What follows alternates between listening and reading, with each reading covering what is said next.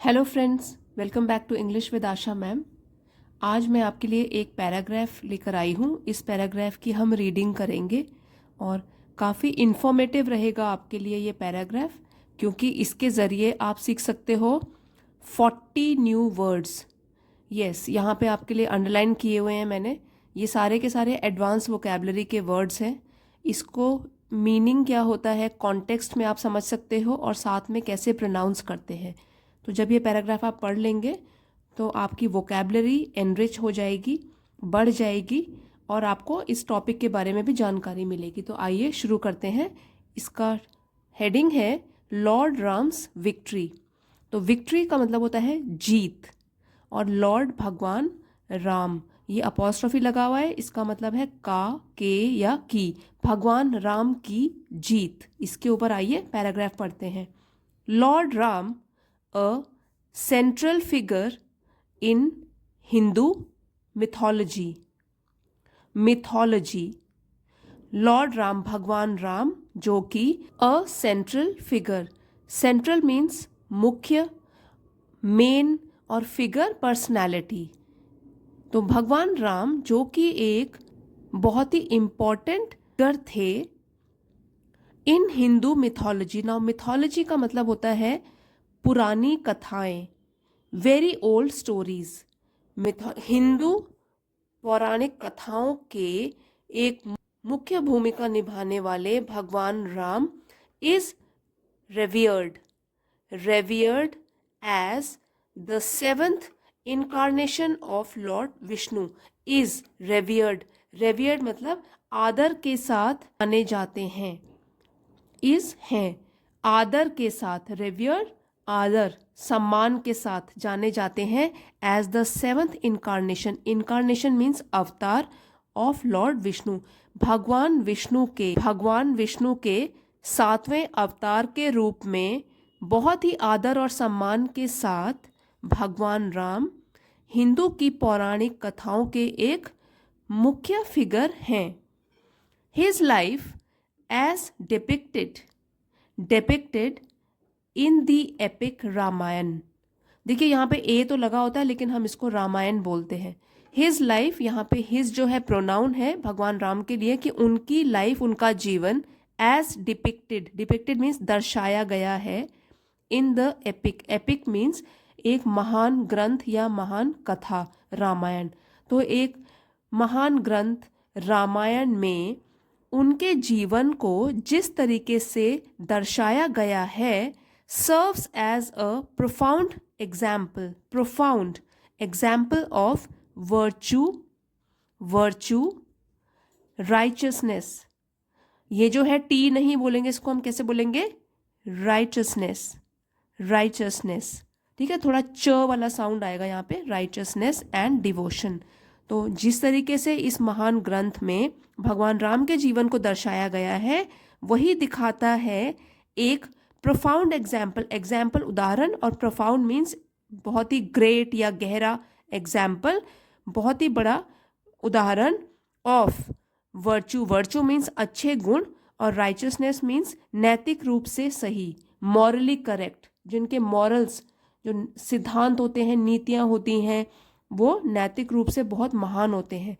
तो अच्छे गुण, नैतिक रूप से सही और भक्ति। यहाँ से फिर से पढ़ेंगे। His life as depicted in the epic Ramayana serves as a profound example of virtue, righteousness and devotion. का जीवन जैसे कि महान ग्रंथ रामायण में दर्शाया गया है, वो सर्व करता है एक ऐसे एग्जाम्पल, ऐसे उदाहरण के रूप में जो कि भरा हुआ है अच्छे गुणों से, नैतिक रूप से सही चीज़ों से और भक्ति से। Born as the eldest son of king Dasharath of Ayodhya. Born as, पैदा हुए थे वो एल्डेस्ट सन, एल्डेस्ट सबसे बड़े, सन बेटे, राजा दशरथ के सबसे बड़े बेटे के रूप में वो पैदा हुए थे। ऑफ अयोध्या, अयोध्या के राजा दशरथ के सबसे बड़े बेटे के रूप में पैदा हुए थे। राम्स अनवेवरिंग कमिटमेंट टू धर्म। तो राम, अगेन यहाँ पे अपॉस्ट्रोफी है, राम का अनवेवरिंग मतलब अटूट, जो टूट नहीं सकता, डगमगा नहीं सकता, अनवेवरिंग। और कमिटमेंट मीन्स वचन या प्रॉमिस अगर किसी को दे दी तो वो कभी तोड़ेंगे नहीं, तो उसको बोलते हैं वचनबद्धता। वचन के प्रति वो बंध गए। तो कमिटमेंट, उनका कमिटमेंट कैसा होता था? अटूट। तो यहाँ से पढ़ते हैं अभी, Ram's unwavering commitment to dharma, righteousness, led him to accept a 14-year exile to the forest। तो उनकी जो ये अटूट वचनबद्धता थी टू धर्म, धर्म के प्रति, और धर्म को राइचसनेस भी कहते हैं, उसी की वजह से उन्होंने स्वीकारा, एक्सेप्ट मतलब स्वीकार करना, 14-year exile, और exile का मतलब होता है वनवास, टू द फॉरेस्ट जंगल में, honouring his father's promise. Honouring मतलब सम्मान देना, ऑनर करना, फादर अपने पिता की, प्रॉमिस वादा। उनके इसी अटूट वचनबद्धता की वजह से उन्होंने स्वीकार किया 14 वर्ष का वनवास जंगल में, अपने पिता के वादे का सम्मान करने के लिए।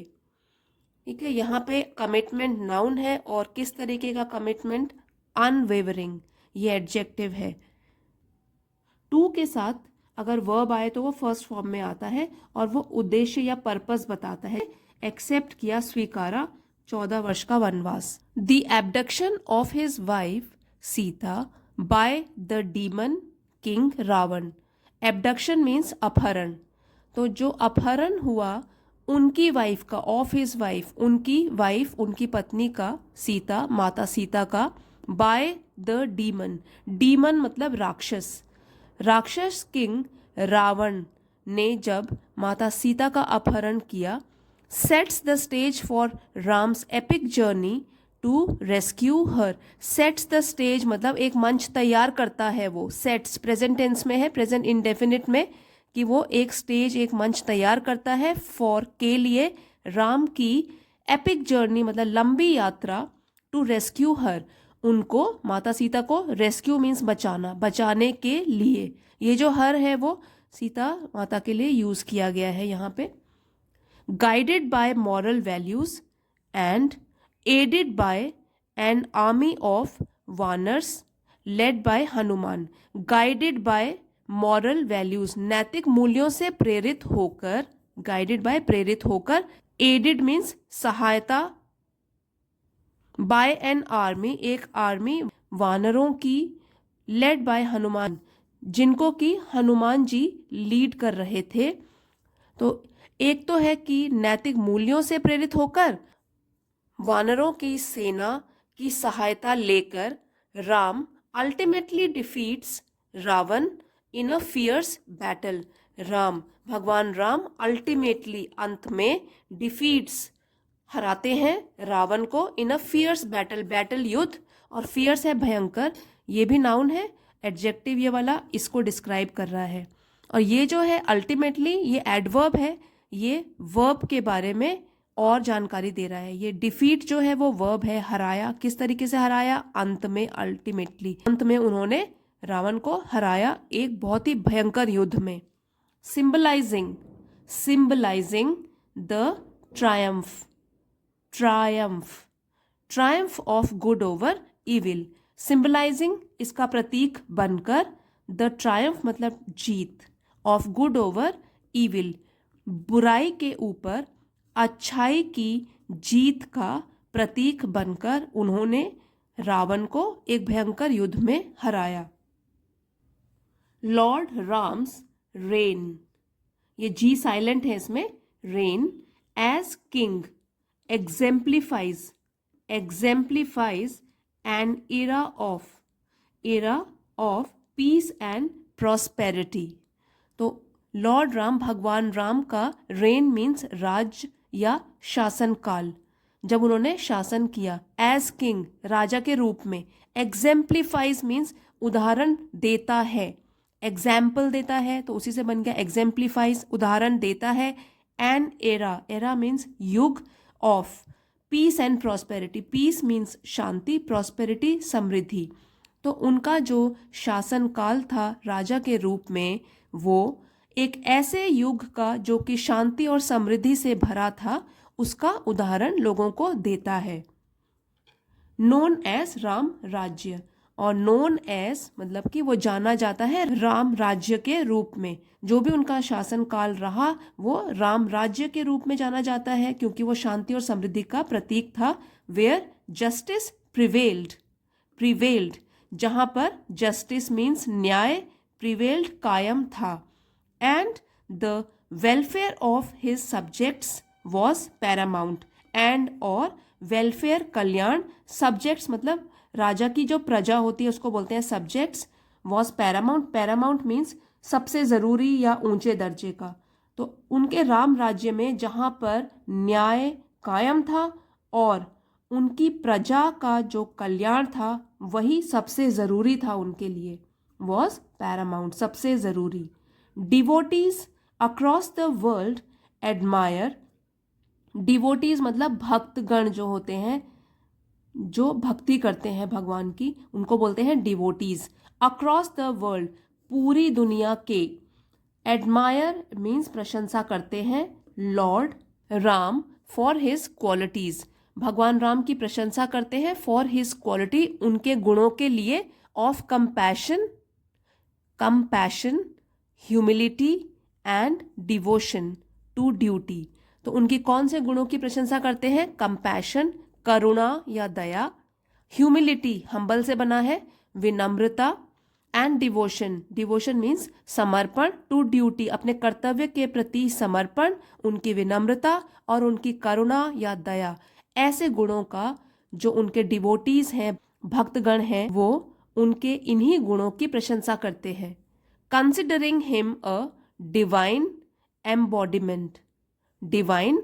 एम्बॉडीमेंट ऑफ राइचसनेस, तो उनके जो भक्तजन हैं, कंसिडरिंग मतलब उनको मानते हैं, डिवाइन मीन्स दिव्य, भगवान से संबंधित, एम्बॉडीमेंट मीन्स अवतार,